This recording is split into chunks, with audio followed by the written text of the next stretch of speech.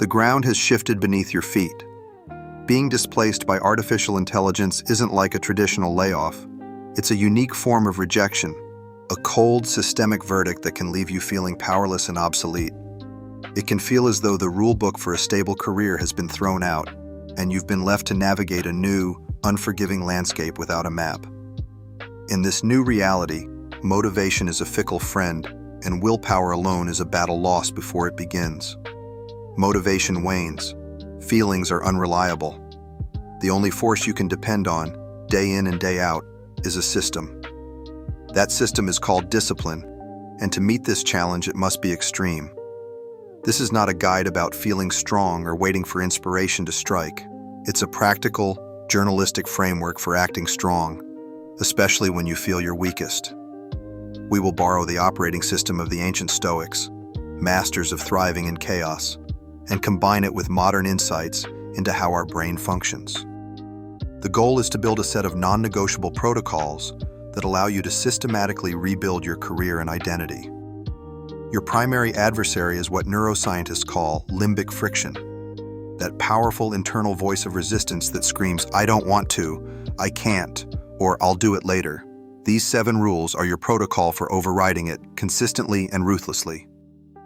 Secret number 1, the commander's mindset: name, separate, and command.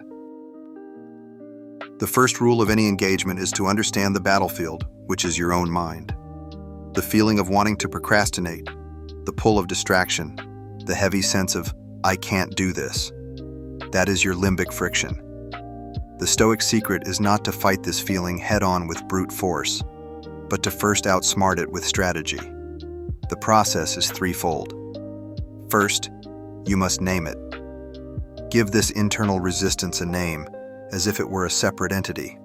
Call it the fog, the static, or the beast. This act of labeling is more than a simple trick. It's a profound psychological maneuver. It externalizes the enemy. You are no longer thinking, "I am lazy and unmotivated." You are thinking, "The fog is rolling in this morning, attempting to obscure the mission." This crucial distinction separates your identity, the true you, the commander, from the fleeting feeling of resistance. Second, you must separate. Once named, you can observe it without judgment, like a general watching enemy movements from a hilltop. Ah, the static is here. It wants me to check social media. It is suggesting that this task is too big and I should start tomorrow. By acknowledging its presence and its tactics dispassionately, you create a critical space between the impulse and your potential action. In this space lies your freedom and your power to choose. Third, you must command. From this space of observation, you activate your top-down control, your inner commander.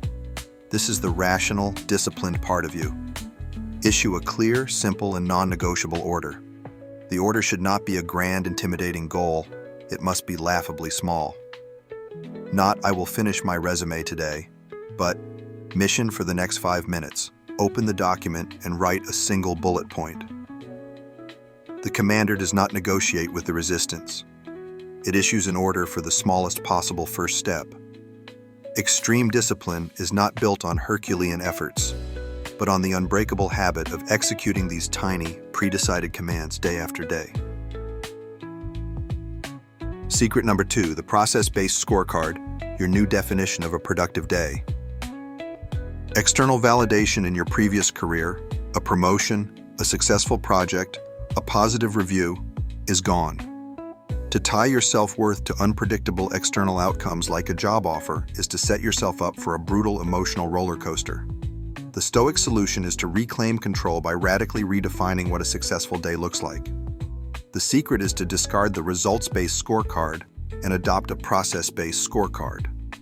This is a system where your success is measured not by what you achieved, but by whether you executed your disciplined process. At the beginning of each day, or the night before, you will define 3 to 5 specific controllable actions that constitute your discipline checklist. A common pitfall is to make these items too large or result-oriented. Learn Python is a terrible checklist item. A great one is spend 60 focused minutes on the Python course. An example of a powerful process-based scorecard for a day might be: complete a 45-minute focus block on skill development. Send 3 personalized networking emails. Go for a 20-minute walk, phone-free. At the end of the day, your review is simple. Did you do these things? If yes, you mark the day as a 100% success. It does not matter if you received 3 rejection letters. It does not matter if you felt you understood nothing in your coding lesson. You executed the protocol. You were disciplined. You won the day. This system provides the daily, tangible evidence your brain needs to believe that you are still in command of your life. Secret number 3, the Spartan's Gym. Build discipline through deliberate difficulty. Our modern world worships comfort. We seek the perfect ergonomic chair, the ideal noise-canceling headphones, the precisely brewed coffee before we can truly focus. This approach creates fragility.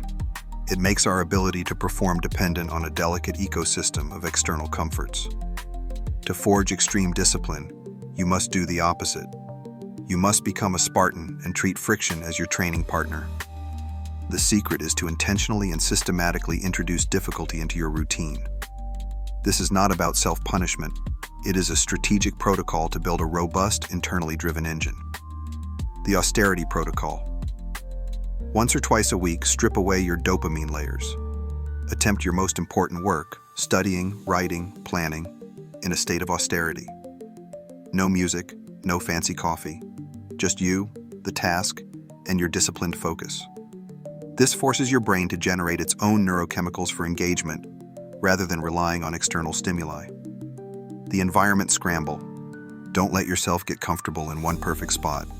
Occasionally do your work in a slightly less ideal location, a different room, a library, a coffee shop. By learning to perform under varying conditions, you make your discipline adaptable and resilient. This practice over time resets your brain's baseline. You become less dependent on external crutches, and when you do choose to use them, they act as powerful force multipliers, not as requirements just to get started.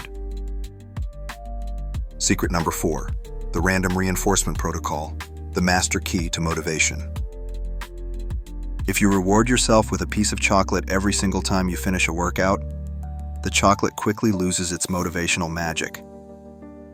Your brain, being an incredibly efficient prediction machine, starts to discount the value of that predictable reward. The science is clear.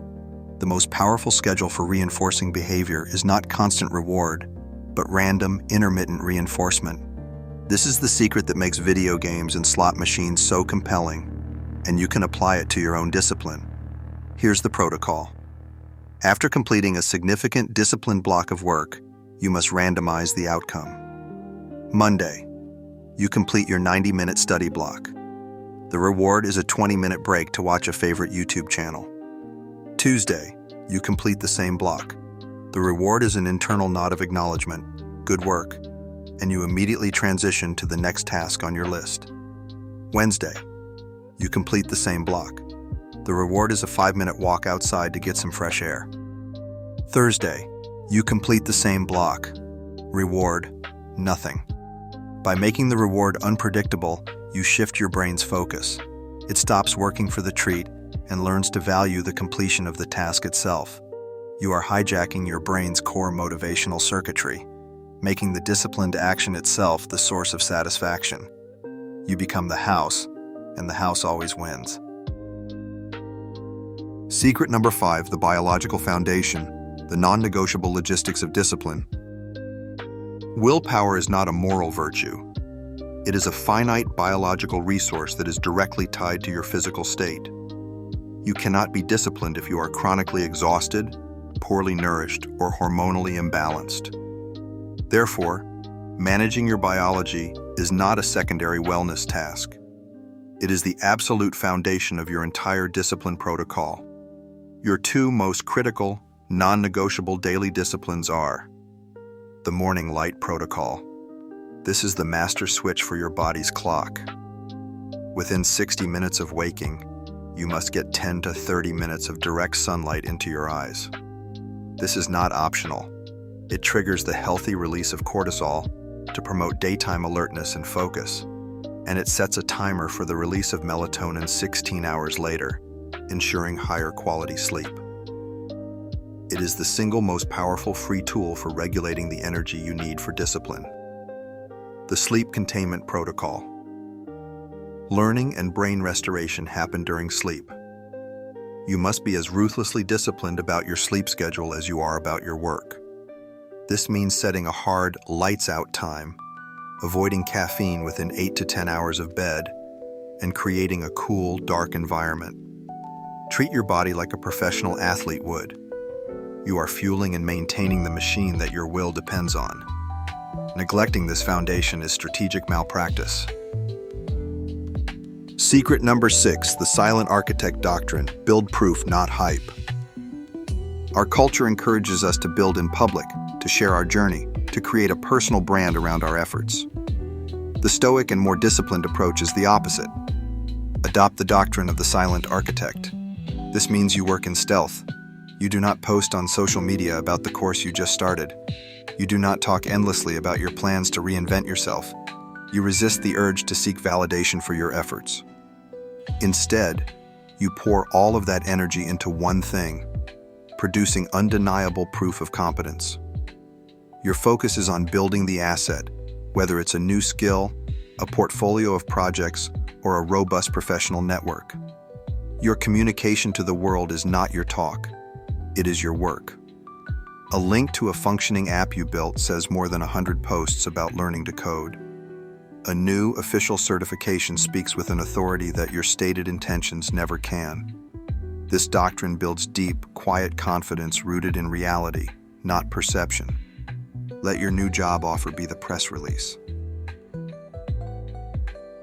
Secret number 7, the recharge protocol: the extreme discipline to systematically stop. The most common failure mode of extreme discipline is burnout. Many believe discipline is only about pushing forward relentlessly. This is a novice's mistake. Elite discipline includes the wisdom to strategically stop, rest, and recharge. This is not a sign of weakness. It is a crucial component of a sustainable system. Your recharge protocol has 3 key elements. The hard shutdown. Define a specific time each day when your reinvention work ends. When that time comes, you stop, even if you're in the middle of something. This act of stopping trains your brain to work with focus and urgency during the allotted time and prevents your work from endlessly bleeding into your personal life. Scheduled idleness. Intentionally schedule blocks of time in your week for true idleness. This is not scrolling on your phone, which is a form of low-grade stimulation. This is time for walks without a podcast, listening to music, or simply sitting and letting your mind wander. It is during these periods of unfocus that your brain consolidates information and generates creative insights. The file closing ritual. At the end of a difficult day, perform a 2-minute mental shutdown. Open a journal. Write down one thing that was a struggle. Write down one thing you executed with discipline. Close the journal. This ritual is a physical act that signals to your brain that the day's battle is over. You are forbidden from ruminating on it. This protocol is what separates sustainable discipline from a frantic burst of effort that leads to collapse. It is the ultimate expression of control, the discipline to stop. Your first act of extreme discipline. This framework is not just information, it is a call to war against your own inertia. A protocol is useless until it is executed. Your transformation from feeling powerless to becoming a disciplined force of action begins with a single, non-negotiable command issued by you to you. Your first act of discipline starts now. In the comments, make a public commitment. State the one single controllable action from this guide that you will execute in the next 24 hours. Be specific. No justifications, no excuses. Just the command. For example, my action: tomorrow morning I will get 15 minutes of direct sunlight before looking at my phone. Or, my action: I will complete one 25-minute work block with no music. This is your first public declaration of your new protocol. It's your first order as the commander of your mind. If this guide provided a clear, actionable framework, a like helps it reach others who are also in the fight. Subscribe to continue forging the tools for a resilient life in a challenging world. The work begins now.